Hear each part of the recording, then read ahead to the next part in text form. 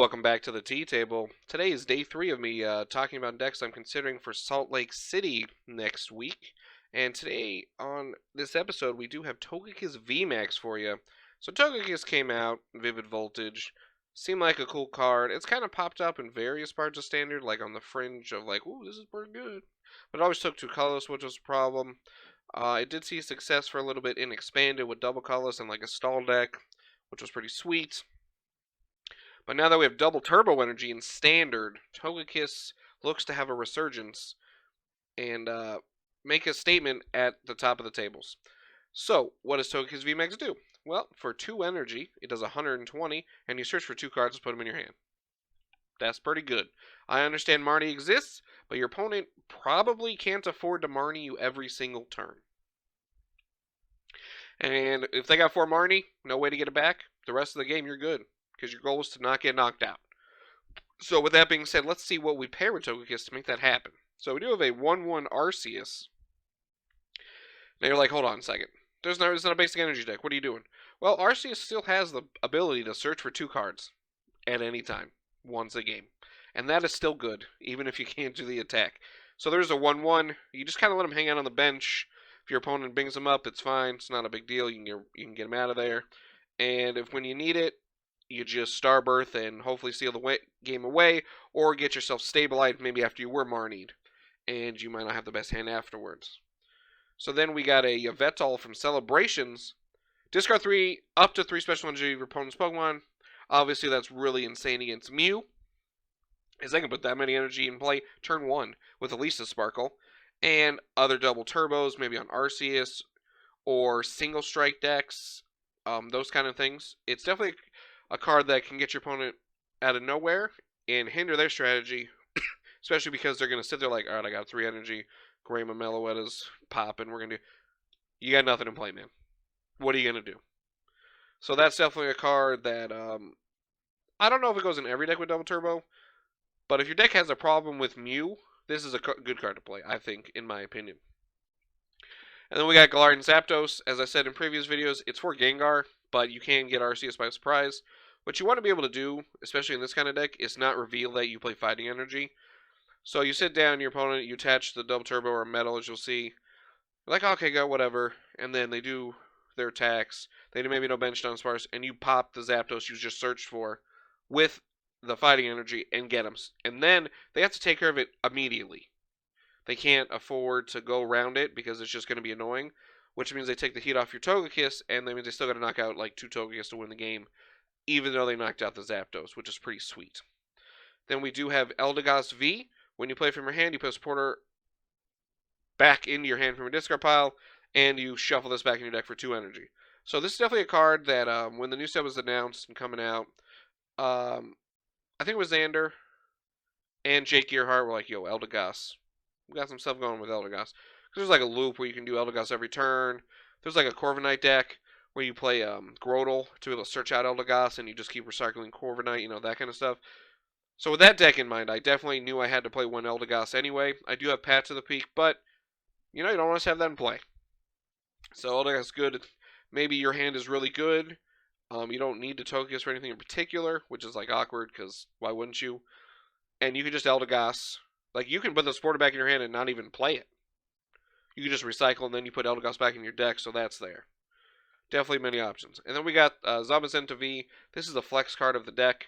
About a week and a half ago when I started testing this, I was running the Ice Rider all the time, which can one-shot a Togekiss with the Belt Leon combo.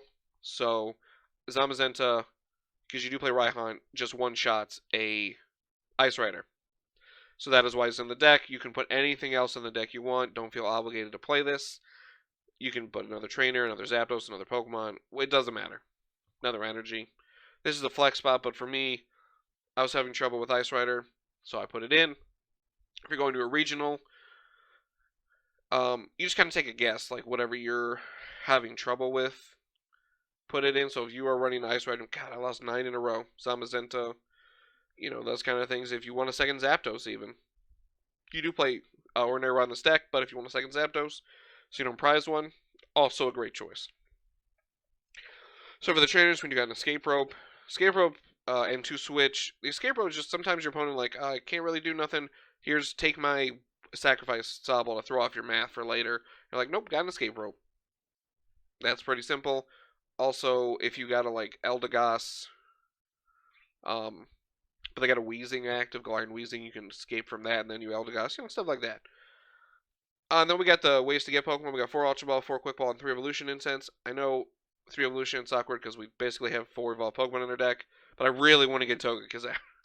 So, you can probably change up the balls, maybe go to 3 Ultra Ball, since if you're doing 3 Evolution Ints, or drop 1 if you want.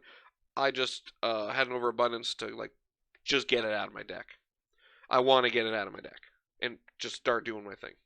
Then we got 2 Fan of Waves. You do have the Yveltal, but sometimes your opponent's just playing an Arceus deck, and they got 1 double turbo turn 1. You're like, well, here's a Fan of Waves. Now you don't. And that can throw off their whole game.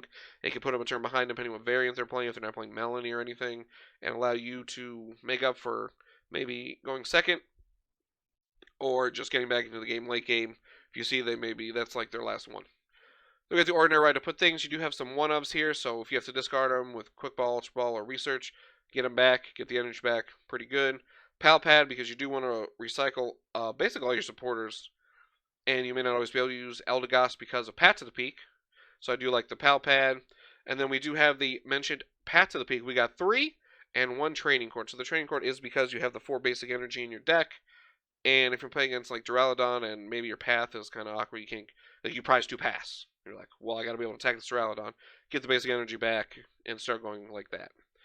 Then supporters, we got 2 boss. You're not like, sometimes you need to stall a turn, but you're not bossing like most decks to get that knockout. I'm not bossing your Crobat to knock it out, basically. It's like a stall card, so there's only 2. You got the 3 Cheren Scare, so you could play 4, but many moons ago, Celio's Network pointed out, especially when he was making Inteleon VMAX, you don't need 4 Cheryl, because just like 4 is too many, even though you want infinite, because sometimes you have to do other things. So he suggested 3 Cheryl, and I've kept that in mind anytime I made that kind of deck. So we do got 3 Cheren's Care in the deck.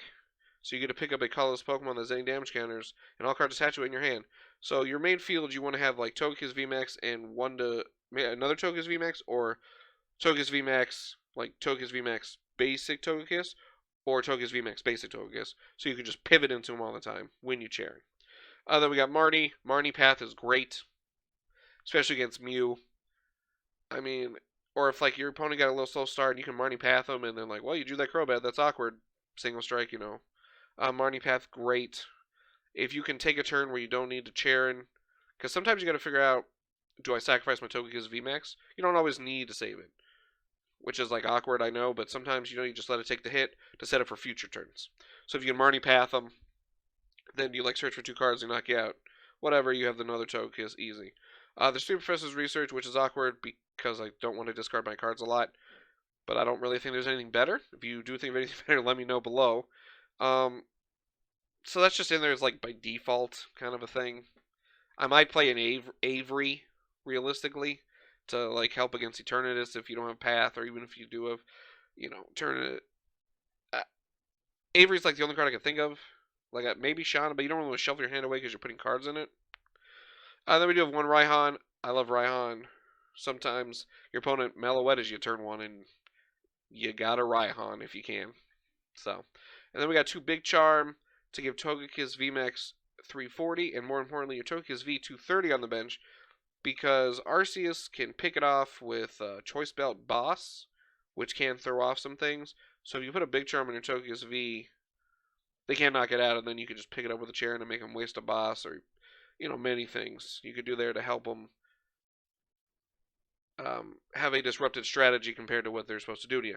You can play Choice Belt, because math against Mew gets weird, but the point against Mew is you want to Yveltal them, and then you have so much time. Like I played against Mew where I was like, I got a Yveltal and then I pathed him, Marnie, and I'm just like, I got all the time in the world. So the fact that you're not knocking him out super fast isn't a big deal, because you do have Yveltal. You can also play Peonia if you want. Since like the Yveltal is like an important card to have against Mew. I wouldn't play 2 Yveltal because you don't want to start with it. But a Peonia might be pretty good, because if you look at basically every Pokemon that's on Togekiss, you have 1 of. So The energy, we've got the 4 double turbo, 2 capture, 2 fighting, 2 metal. If you keep Zamazenta, you have the metal. If not, I'd go to 3 or 4 fighting, depending what you want to play. Maybe you keep the 10 energy and go 3 capture, 3 fighting. It's up to you. If you want to put a different Pokemon on the Zamazenta spot, just change the energy accordingly. Pretty simple on that one. So my thoughts on Togekiss are, if you are one of the people who like the grind and you like 30, 35-minute game ones where you just kind of will your opponent out of the game while you get to find out basically what's in their deck, and Togekiss punishes both ways. Like, if you get the wrong card, punish, you could lose the game, but if your opponent maybe goes aggro too early, thinking they put too much pressure on you, but then you just Cheren, you can devastate them and their strategy can be lost. So it goes both ways, but if you like attrition and you want to play a grindy deck, I would definitely recommend playing Togekiss, especially if you're going to a regional where there's going to be, you don't know what's going to be played. And Togekiss kind of doesn't care what they're playing because you're doing your thing every time. So your goal is Cheren's care, Togekiss, not get knocked out. Throw a Zapdos Yveltal in here and there, easy. So this is a deck that's probably number 2 on my list right now. I just got to tweak it a little bit more and get some more games. I only got like 30. I need to get like 100, I think, to even try to remember what I'm doing. So with that being said, I want to thank everybody for watching. Drop a like if you liked the video. Let me know what you think of Togekiss and any changes, or maybe if you have your own build, what's working for you. I would love to hear it. And if you're feeling it and you love Togekiss so much, you would drop a subscribe. That would mean a lot to me as well. And I will see you next time on the Tea Table.